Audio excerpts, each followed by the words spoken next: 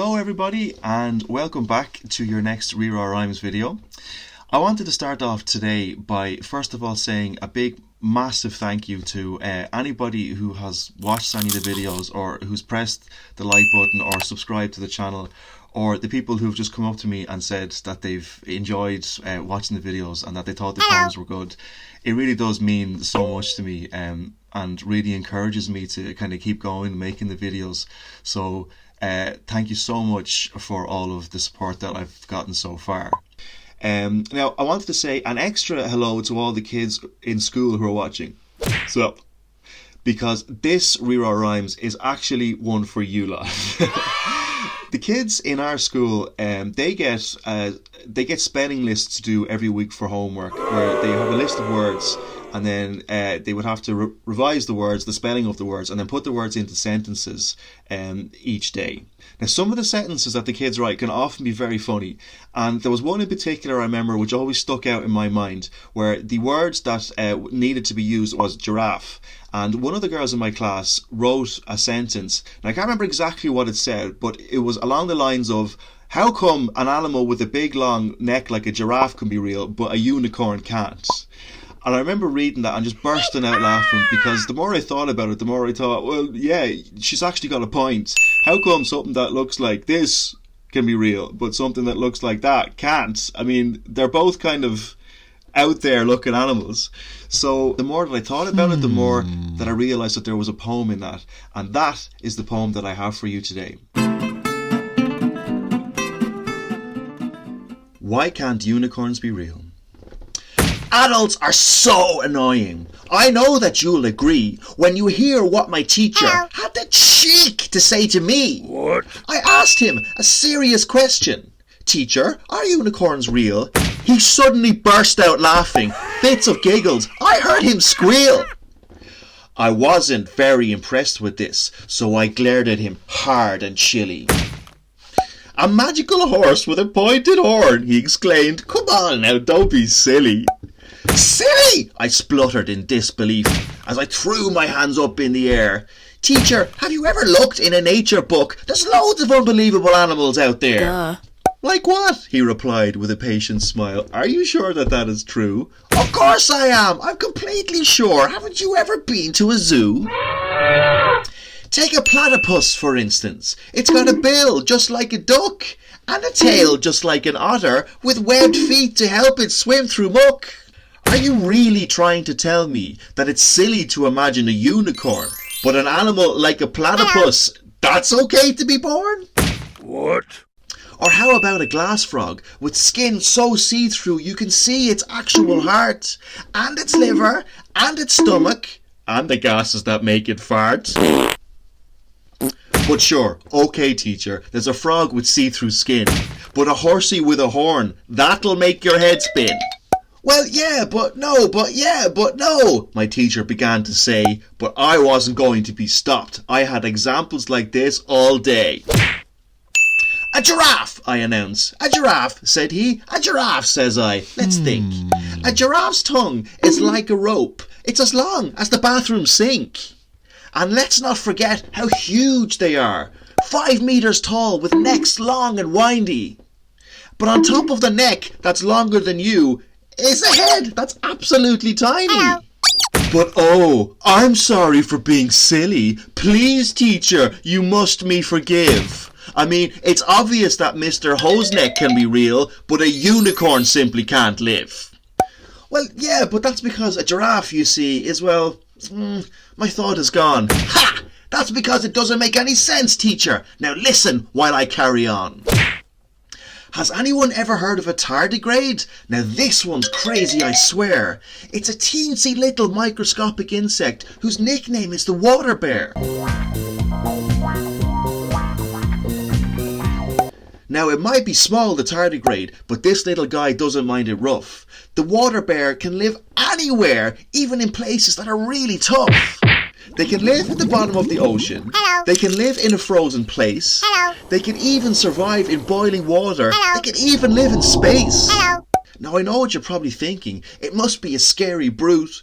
But tardigrades look like little squishy piglets. I'm serious, they're so cute. The tardigrade does sound like an amazing bug. With you, I do agree. But a magical horse with rainbow hair? Now that I just can't see. Oh, so the magic is the problem. It's the magic that you don't believe. Oh well, I'm holding my hands up and admitting defeat. I better get my stuff now and leave. Unless, of course, I have some more real animals in mind. Animals that, how can I describe? Oh wait, animals of the magical kind. The magical kind? Said he. Alright, I'm ready to hear you out. But don't even think about mentioning Rudolph, because flying reindeer don't count. No, teacher, no, I replied to him. There's so many magical creatures out there. So sit down and relax and prepare to be amazed, as with you these creatures I'll share. Let's begin with the basilic lizard, an incredible little walker. This little guy has the amazing ability to run like a flash across water. It's incredible to see, if you're lucky enough, a basilic lizard in motion, because when they're hungry or need to get away, they can run right on top of the ocean. What? Right on top of the ocean? Spluttered teacher. Okay, that's actually pretty cool. Whenever I try to do something like that, I sink to the bottom of the pool. Okay, next everyone is the bombardier beetle, a fiery and powerful little chum. Because whenever this guy gets into a fight, it shoots boiling acid right out of its bum. I mean, can you believe it? That's absolutely true. If you see one coming, you better hide. Because if the bombardier beetle decides you're the enemy, it'll shoot you with its machine gun behind. Okay, I accept that there's magic in nature. You've done well, in fairness to you. But a horse with a horn, as in an actual horn? Come on now, that can't be true. Right, so it's the horn now, is it, that you can't believe? Horns on an animal can't be right? Well, let me enlighten you, dear teacher of mine, 'cause you're wrong again, I scream in delight. Animals with horns? Right, here we go. I'll begin my list with a rhino. Then antelopes, goats, reindeer and oryx. Black bucks, bison and moose albino. Then springboks, deer, buffalo and cattle. Bongo, pronghorns and gazelle. Then bovidae, ibex, kudu and wildebeest. That list is pretty long, can't you tell? Yes, okay, fine, that's quite a long list, but to call them magic is being a bit whimsical. Unicorns are supposed to be enchanted and grand, but none on your list look very mystical. Are you serious, Teach? Are you having a laugh? Have you gone quite bonkers out of your mind? What? Not enchanted nor grand nor fantastical at all? No horned animals of the mystical kind? What? I submit the case of the Markhor goat, quite famous in Pakistan. This majestic beast with its spindly horns looks as mystical as any elfish man. Hello. Its horns are long and spiral and sharp and wind up tall in majestic glory. If you came across one trotting through the woods, you'd think you were in a fairy story. Hello. My teacher just laughed and said to me, okay, I give up, so I lose. It really doesn't matter what else I say. You've got millions more animals to use. Ha ha! At last! I shout out in triumph. You finally admit that you're wrong. And now I await your apology, sir. Say it! Unicorns do belong. Well, I am sorry, my dear, but unicorns aren't real. I'm sorry if that makes me cruel. You can sit there and argue and tell me I'm wrong, but it's not my fault. I don't make the rule. But why? I cry. Why can't they be real? It doesn't make any sense, don't you think? I mean, look at all the weird creatures I've described today, but no unicorns? Come on, that stings. Oh, no. My teacher smiled sadly and said to me, sometimes life just isn't fair. Then he started a lesson about maths, I think. I wasn't listening. Something to do with a square. Boring. As I lie here in bed, it seems obvious to me that the problem with adults of this generation is that when they grow up, they lose something important. Yeah, that's right. They lose their imagination. Boring. How can you not believe in unicorns? How silly is that, don't you find? Of course adults are wrong. Unicorns do exist. Sure, there's loads of them running around in my mind. It's a shame that adults are boring and dull. It's us kids who believe and we're right.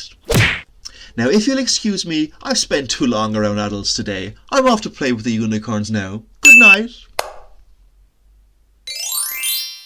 Goodbye. Now, there was a lot of animals mentioned in that, wasn't there? In case anyone's wondering, every one of those animals mentioned in the poem is 100% real. I did quite a lot of research for that poem and really had my eyes opened to some of the incredible animals that actually do exist in nature. What was your favourite? Me? Well, my favourite was definitely the bombardier beetle. I just find it amazing that there's a little beetle that can shoot boiling hot acid out of its bum, out of its enemies. I just think that's amazing. Unless, of course, it's shooting the acid at you. Probably not that amazing then. And when I wrote the end of that poem, the bit about the adults, that adults lose their imagination as they get older, it's funny because a long since forgotten memory popped into my mind when I was about maybe 5, 6, 7, 8, that kind of age, driving one night on the road between Bray and Greystones in County Wicklow and looking up at the stars. It was a clear night and you could see all the stars in the sky, and saying to my dad, who was driving the car, that all of those stars were UFOs. And he said, they're not. They're stars like the sun. And I said, no, they're UFOs. And he said, Ferg, they're not. They're stars like the sun is. And I said, no, they're not, they're UFOs. And we kind of went back and forth, and we had to just agree to disagree that day. And then now, sort of, that I'm an adult and I have grown up, now, back then, as a child, I thought they were UFOs. And now when I look up at the stars as an adult, I still think they're UFOs. Now, I thought, that I kind of just sit here and I just look into the screen and I don't see the people who are watching the videos. Hello. So I'd like to try something to kind of bring the viewers into the whole RíRá process. So what I was thinking was, if anyone out there, any of the kids watching, would like to draw a picture of this poem or any of the other two, and they'd like to send it to this email address, what I'll do then is I'll download those pictures and then I'll put them at the beginning of the next video so that everyone else can see all the cool pictures and I can see the cool pictures that were drawn for the poems. So I'll really look forward to that, and I hope that some of you can get involved. Hello. And until then, I'll see you all on the next RíRá Rhyme.